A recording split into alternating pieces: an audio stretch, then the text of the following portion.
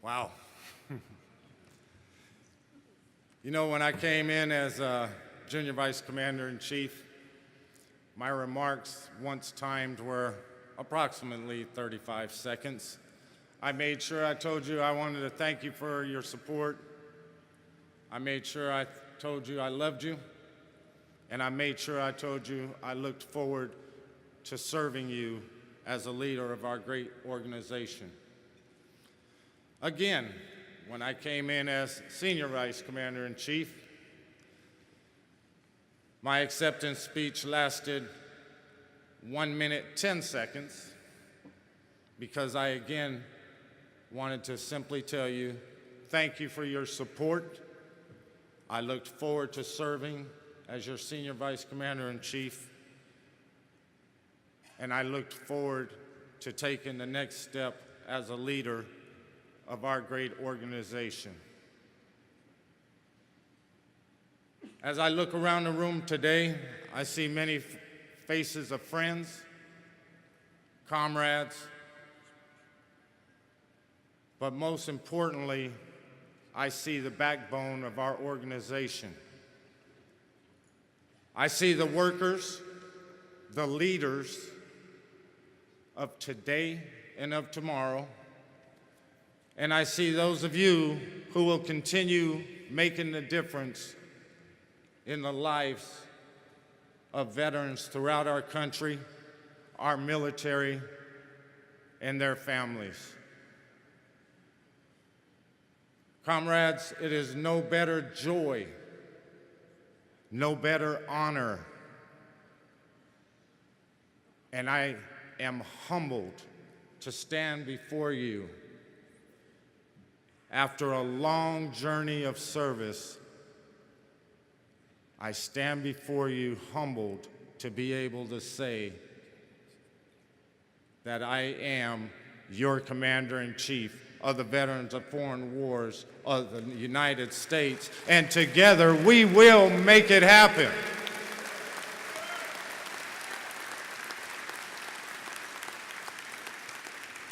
Comrades, we have a lot of work to do in the upcoming year.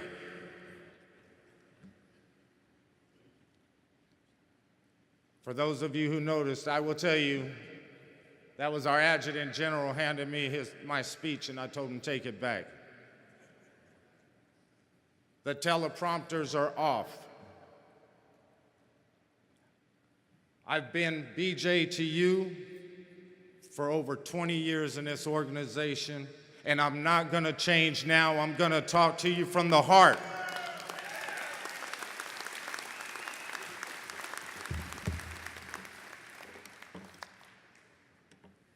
In this coming year, comrades, I'm going to ask that we put an emphasis on our grassroots level, which begins at the post. For far too long, we as an organization have been sweeping in the direction of taking our posts and our post members for granted. That changes, and that changes today.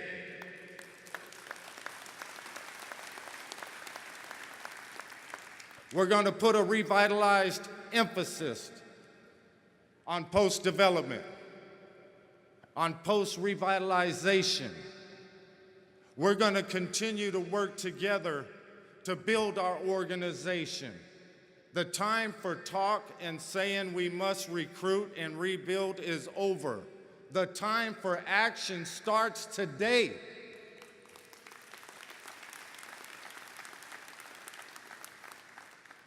Our posts remain vital to our communities. Your presence throughout the communities are what has made us what we are since 1899. We must continue to seek a missing presence in those cities, those towns, those communities that don't have a VFW post. I can tell you your leadership at the department level already this year is focused on going in that direction. We today have 12 departments in the process of starting and chartering 18 new posts throughout the country.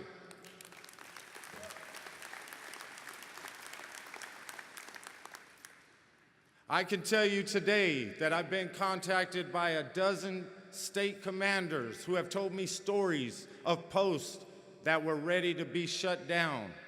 And they've already been successful to go in and revitalize those posts, to bring in new leadership and to make them an important part of that community to continue serving our veterans, our military, and their families.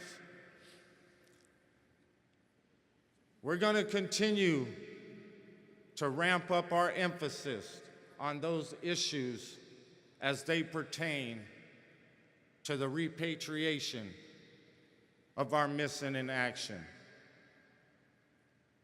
Comrades, as an organization, we must and we will make it a top priority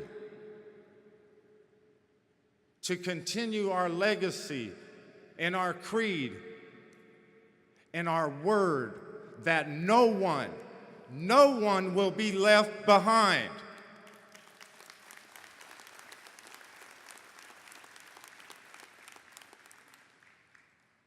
We need to continue putting pressure on our elected officials. We need to let them know that it is important to continue funding,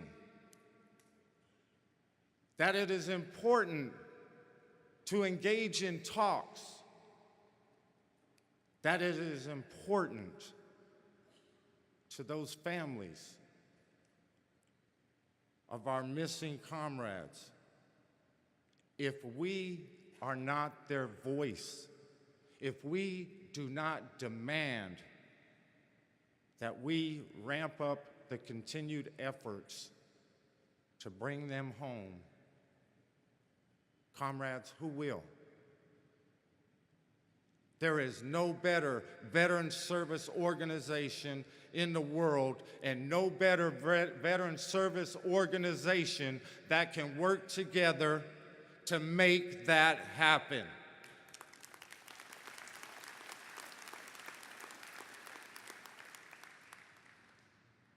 I want to take a moment to thank a few special people. First and foremost, I want to thank all of you in the room for getting me where I am today. You have continued to show support, guidance, mentorship, and friendship to make me who I am today. I also want to thank past Commander-in-Chief Tom Poliot. One, for your continued friendship and mentorship, for your nomination today, and for the installation of our newly elected and appointed national officers. Tom, thank you.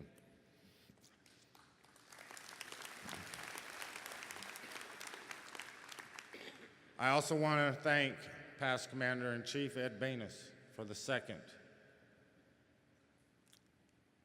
Ed has stood by me for several years. He's a past Commander-in-Chief that didn't hesitate to give me his guidance, his experiences, and he, as all of our past Commanders-in-Chiefs, only wanted one thing in return, and that is for our great organization to thrive and be successful. And for that, past Commander-in-Chief Banis, thank you very much.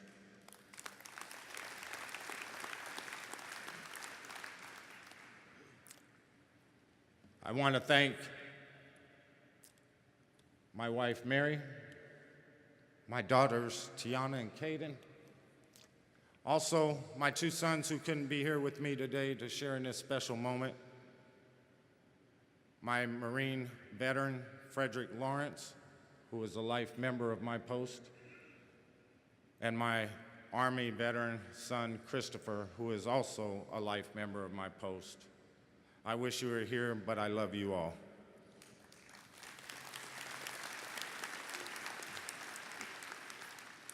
I want to thank my home post, Alamogordo Post 7686.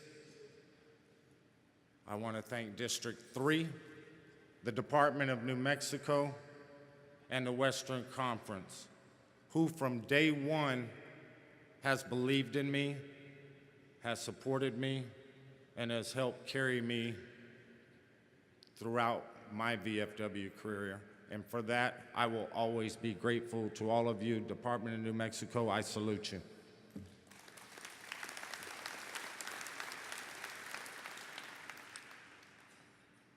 As I said, we have a lot of work ahead of us the next year, but we're going to get it done. We have a great team in Chief of Staff Jerry Herker, Inspector General Charlie Shoemaker, our Adjutant General Kevin Jones, our Quartermaster General Deborah Anderson, Junior Vice Commander-in-Chief Hal Roach, and Senior Vice Commander-in-Chief Doc Schmitz, and all of your new Make It Happen team. I guarantee you, comrades, we will give 110% to serving this organization. We will work together as a team.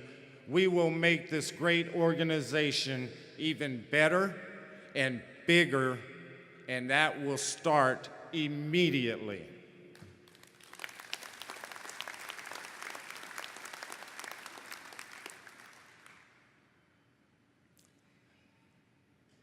Comrades, I want to close with this.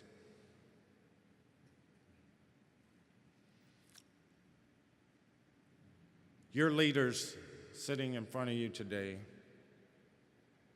have an opportunity and a privilege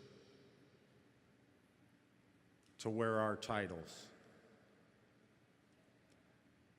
But we are your voice. We serve you and our organization.